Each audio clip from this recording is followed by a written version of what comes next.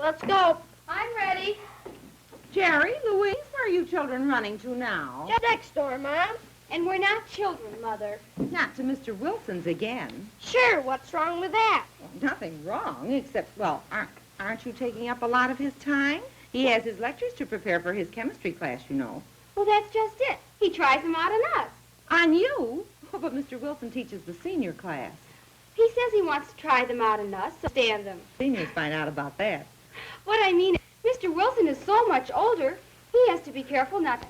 At least that's what he says. So much older? Sure, Mom. He's old. Must be all of 27. Oh, dear, I had no idea Mr. Wilson was so ancient. Poor man. Well, you'd better run over there before he gets any older. And don't stay long. I told your friend to meet the 5:40 from the city. Okay, Mom. Okay, Mom. And Jerry, please don't slam the door.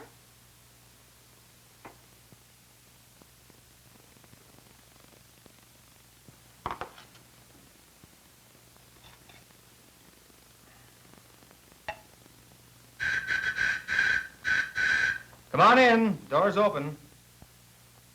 Oh, hi, Jerry. Hi, Louise. Hi, Mr. Say, what are you doing with all those bottles? Something wrong, Jerry? Well, I don't know. All that stuff. You gonna take a drink, Mr. Wilson? Now, what do you know about all this stuff, as you call it? Well, who doesn't? All you have to do is look around at all the bills and magazines, look at TV, or listen to the radio. Anyone who can read knows about whiskey, wine, or beer. After all, we're not children. Well, certainly you wouldn't object if I took a little drink. Well, I don't know. I didn't think you'd drink. You're a professor. Then you think liquor is bad? I don't know, Mr. Wilson. What do you think, Louise? Oh, I don't know whether it's right or wrong. We just didn't think you'd take that stuff, as my dear brother would say. Say, why don't you two take off your jackets and stay a while? This is quite an interesting discussion. Well, I don't think we'd better. Mother's afraid we're bothering you. Nonsense. I especially want to talk with you about my new lecture.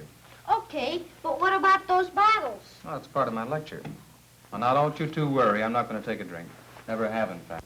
I don't understand. What's whiskey got to do with your chemistry class? Well, it's very simple.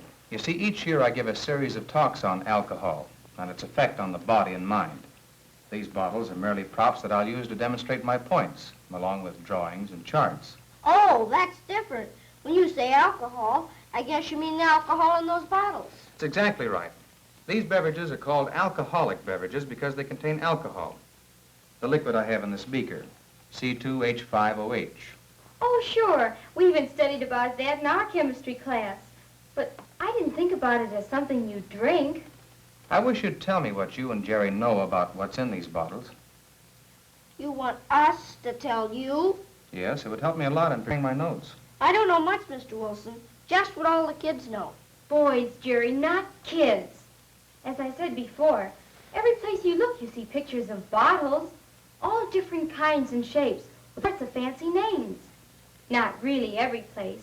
Mom and Dad don't drink, and I suppose lots of my classmates' folks don't drink either. I guess it's pretty expensive, and it seems to make people act different. Funny, you know. Yes, I do know. You've really kept your eyes open. But how do you know it's expensive? Are you kidding, Mr. Wilson? I pass a couple of liquor stores on the way to school. Sometimes I stop and look at the bottles, read the prices. $3, $4, $5, and even some for $6 and $8. I just think of all the good things you could buy with that money. Good things? Then you think liquor is bad? You sure ask a lot of tough questions. If it's bad, why do so many people drink? Then if it's good, why does it make people do such queer things? What queer things? You know that pool room and tavern down at the corner of Main and Vine? Yes. Sometimes after school, when the gang and I walk by, we can hear people swearing and fighting. A lot of the time we see men staggering out into the street. Once we even saw a woman stumble out of that place and sit right down on the sidewalk, all bleary-eyed and messy. It made me feel funny inside. I wondered if she was someone's mother. We don't walk by the tavern anymore. We walk home a different way now. Jerry, you're helping me to see so much more clearly the importance of my lecture. About a month ago, where the slums are, Dad was looking at a piece of property where they're going to build a big new housing project for the poor. He's an architect, you know. And a very good one. We drove down Main. That street with so many bars and cheap hotels and loan shops. Skid Row. That's what Dad called it, among a lot of other things. It certainly made him angry, but he said we should see it. There were men standing all along the street, next to the taverns, on the street corners, in the alleys, passing bottles around. Lots of fellows, some quite young, and some real old men sitting on the curb with their feet in the gutter. Why, we even saw the police pick one man up and put him in a patrol wagon. And there were small children around, too, playing in the streets in all that filth. It made me almost sick to my stomach. And so if alcohol can make so many people live in such a terrible way, then I know it can't be good. But then there are people who drink who don't live on Skid Row or in the slums. That's the part that's hard to understand. In the magazine ads, you always see some fancy dressed guy sitting in a leather chair looking very pleased with himself, holding a big drink in his hand. He's always well dressed, seems to live in a big house, is a movie director, or an author, or a painter, or some kind of big shot. A man of... Distinction. Distinction, that's it.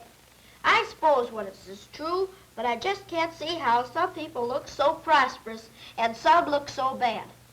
Well, you can't expect the advertising companies to show some poor fellow lying in the gutter to advertise their product. No one would buy it. Oh, we know that.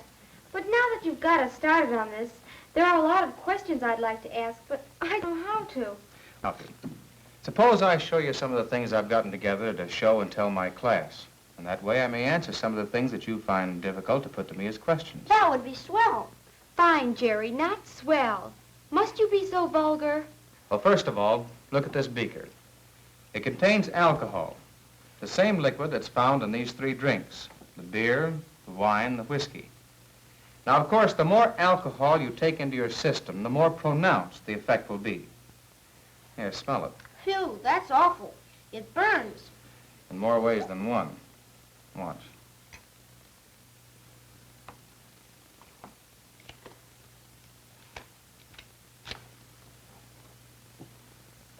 Ooh. You see, it burns quite readily.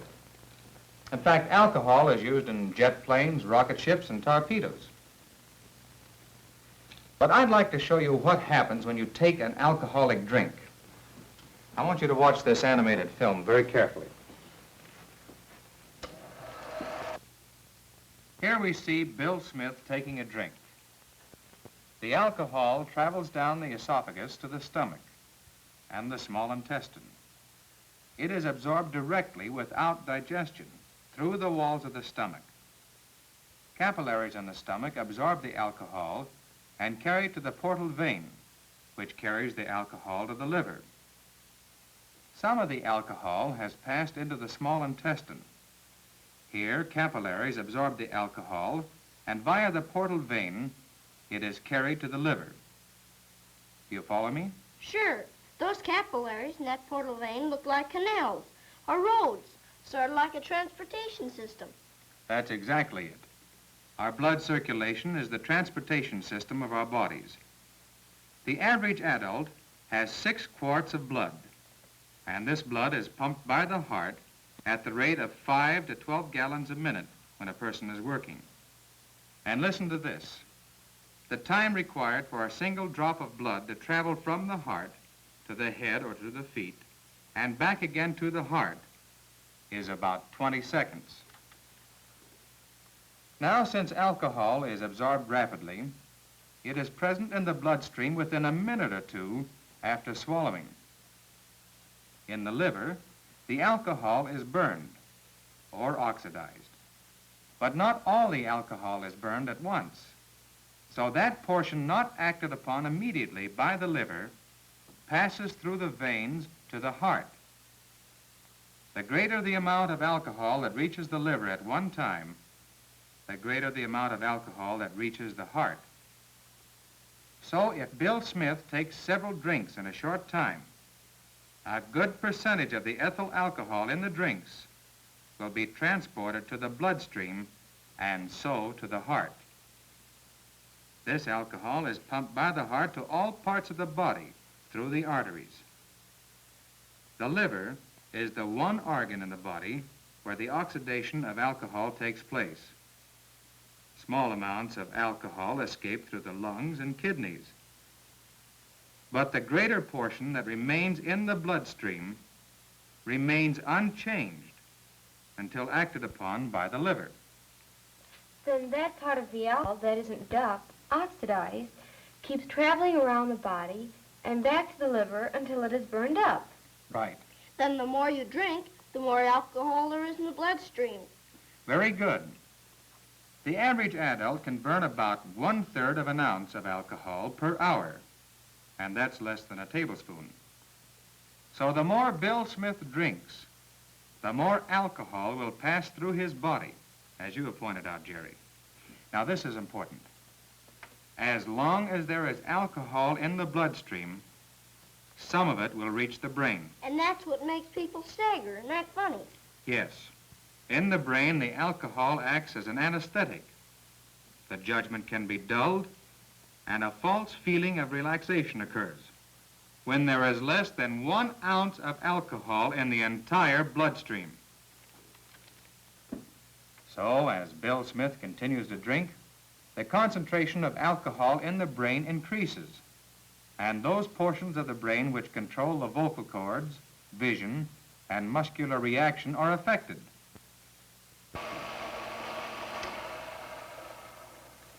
Bill doesn't heed these danger signs.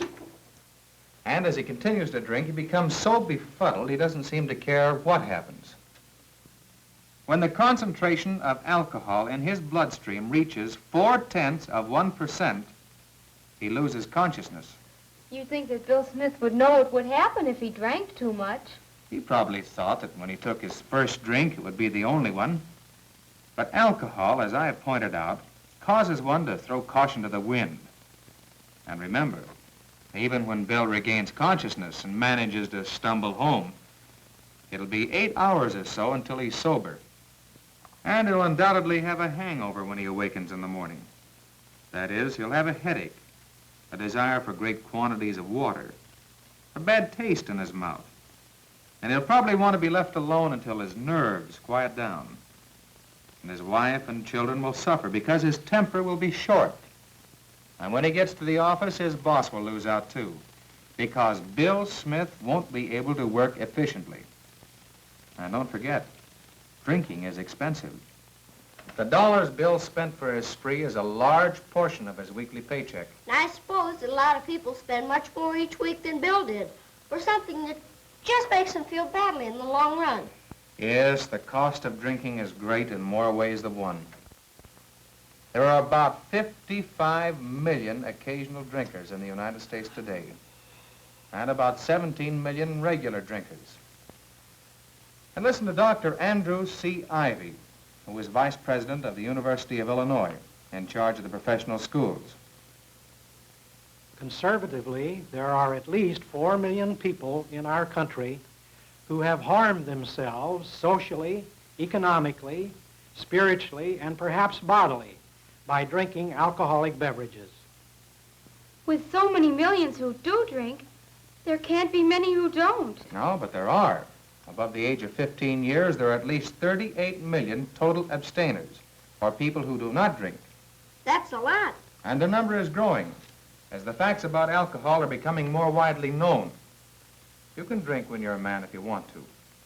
But before you decide, think carefully if it's worth the great price you'll have to pay. You've got me sold, as Dad would say. Well, here's another startling piece of information. The National Safety Council has published the appalling fact that from Pearl Harbor to VJ Day, there were 3/4 as many persons killed and injured by traffic accidents due to alcohol drinking as were killed, injured, and missing in our armed forces. 1949, there were approximately twice as many persons killed and injured by traffic accidents due to drunken driving as were killed and wounded annually on the average in World War II. How many would that be? Just about 250,000 persons. It just doesn't make sense. May I ask you a question, Mr. Wilson? Certainly. Maybe it's a silly question, but Is it just as bad to drink wine or beer as it is whiskey? Isn't whiskey a whole lot stronger and more dangerous? Well, drink for drink, they're each about the same strength. I'll demonstrate what I mean with these bottles and test tubes. Now, the active agent, alcohol, in beer, wine, whiskey, and related beverages is identical. The common name for this beverage alcohol is grain alcohol. The chemist calls it ethyl alcohol. Now, let's look at 3 different average-sized alcoholic drinks. Now, here is a glass containing 12 ounces or 1 bottle of 4.5% beer. The test tube will show that the amount of ethyl alcohol contained in that 1 glass of beer is 0.54 ounces. Now, here's a 3-ounce glass of port wine, which is 20% alcohol by volume. The amount of ethyl alcohol contained in that 1 3-ounce glass of wine is 0.60 ounces. Now, this is a whiskey highball, an 8-ounce glass containing a mixture of soda water, sometimes ice, and 1 ounce of bonded whiskey. Now, in this 1 ounce of bonded whiskey, there is 1/2 ounce of ethyl alcohol. Now, let's look at the 3 test tubes containing the amount of ethyl alcohol found in these beverages. We quickly see that the amounts are about the same, except that there is a little more alcohol in the glass of wine and the glass of beer than in the whiskey highball made with 1 ounce of bonded whiskey. Now, it's true that the alcoholic content of beer, wine, and whiskey may vary slightly, but the amount of ethyl alcohol found in the average-sized drink of each of these beverages is about the same. And this is very important to remember. Many people who drink beer and wine think they're getting less alcohol per drink than in a whiskey highball. But keep in mind that drink for drink, they are each about of the same strength, and that 1 bottle of beer will introduce into the body as much ethyl alcohol as a whiskey highball made with 1 ounce of bonded whiskey. I never thought of it that way. You certainly made it clear. And I'm sure our class would get just as much out of your lecture as the seniors. Well, that's what I'm hoping for. This is such an important thing that I want as many classes as possible to hear these facts. Oh, and speaking of facts and figures on drinking and alcoholism, here are a few more. Would you like to hear them? Sure. The average expense for each family using alcoholic beverages averages $500 per year. Now, some families spend a good deal more than others. People who frequent expensive bars can easily spend $1,000 or more a year. It has been estimated that alcoholism costs the nation's industry $1 billion each year. That's 1,000 million, isn't it? Yes, $1,000 million. Here's another startling figure. J. Edgar Hoover, director of the FBI, says that the annual cost of all kinds of crime in the United States is $15 billion. The smallest estimate of the cost of crime attributed to drinking has been 16%, or $2.4 billion. A fella just doesn't take time to think these things out.